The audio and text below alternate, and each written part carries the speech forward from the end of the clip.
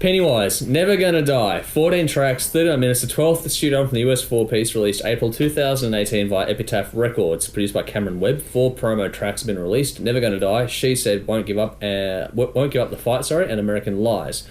This one is the band's first album of all new material in over a decade, and Tim also suggested this one to us as well. Cool. So, go for it. This doesn't really stray from the Pennywise formula in any way, and nor should it. It's a pretty bloody good formula. If you like the style of American punk, there's a lot to like here. Short, sharp songs, heavily political and topical subject matter. I find it really interesting that bands like Pennywise and Bad Religion are still going strong now and still churning out material.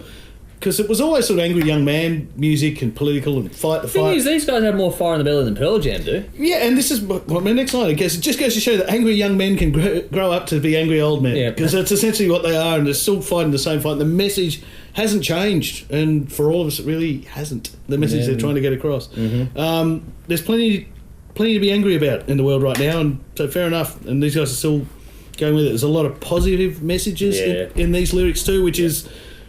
I think that they attack it really well, because it is still angry music, but the positive, particularly about the individual and about yourself and stuff. There's a lot empowering of stuff. It was, and I thought really, really well done. There must be some mental health issues or something that's touching these guys in the band. I thought, because it was quite a bit that seemed to be coming back to that. There was an interesting mix. Vocals are right at the front on this one, but I kind of liked that because it was. I think what made this album really appealing to me was the lyrics, which is unusual for me as well. But the messages in these songs sort of really got to me. So, look, I thought it was a really cool album, and I'll keep playing this one for a while. I really liked it. Gave it 8 out of 10. Cool. The highlights were Live While You Can, America Lies, She Said, and Won't Give Up the Fight. Okay. Well, first off, for me, I'm not the biggest listener of this style of what I consider to be new wave American punk. Blink-182 killed that for me. I don't put in the same sentence. Oh, fuck off! Oh, fucking leave. There's the door.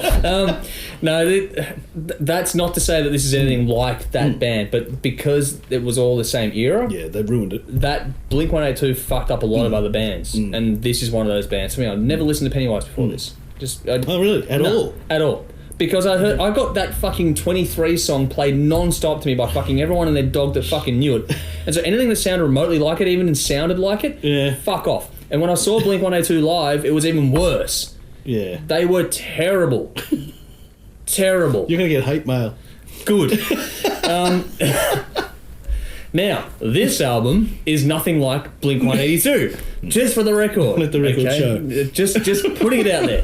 Okay, but for me, that band killed off any desire to listen to artists like this at the time. This is very energetic, as you'd expect. The production is rough and loose, which fits the vibe. It's all captured nicely. It's just got a really loose energy about it.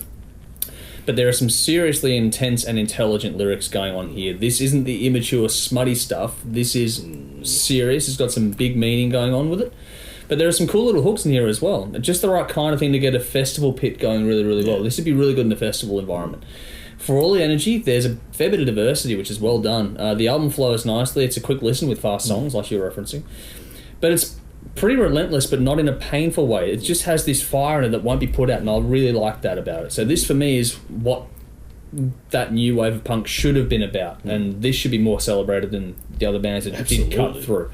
But this isn't going to appeal to teenage girls. That's it, and I understand that. Or teenage boys, for that matter. Well, it did when I was a teenage boy. Yeah. How many other teenage boys listened to it at the same time as you? One. Yeah, see? How's that working out for you? That was the guy that gave me the album. Well, everyone else was listening to the shit. So I'd say that band, whilst credit to them, they did their thing, whatever else, but they killed a lot of other bands in the process. Now, for all that seriousness, there's a bit of fun in here, though, but it's more along the lines of what I expect from the genre, but it doesn't go into that pimply boy shit. But there's some hormonal, angsty kind of energy about it, which when it's done right, it's good, and they've done it right on this one. And that's the funny thing is, the young angry men have grown into being older angry men. They've still got it, which is really cool. I like the fire in the belly they've got. For as simplistic as this is overall, they do mix things up with the tempo and the groove, which is required by me to enjoy it properly. I can't really do 40 minutes of the frantic drumming, guitar. No.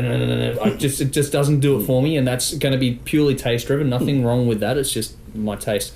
But the diversity is done well, and it shows more chops than you'd expect from a band like this. From someone on the outside looking, I'm not a connoisseur of this music, so I'm taking this from what I know and gravitate toward and going, actually, this is a bit of a surprise, and I should go and check out more of their stuff on the back of this. Good use of melody and harmony as well. This isn't a go-to for me, and that's just purely on the taste. It's not something I'm ever going to really be invested in.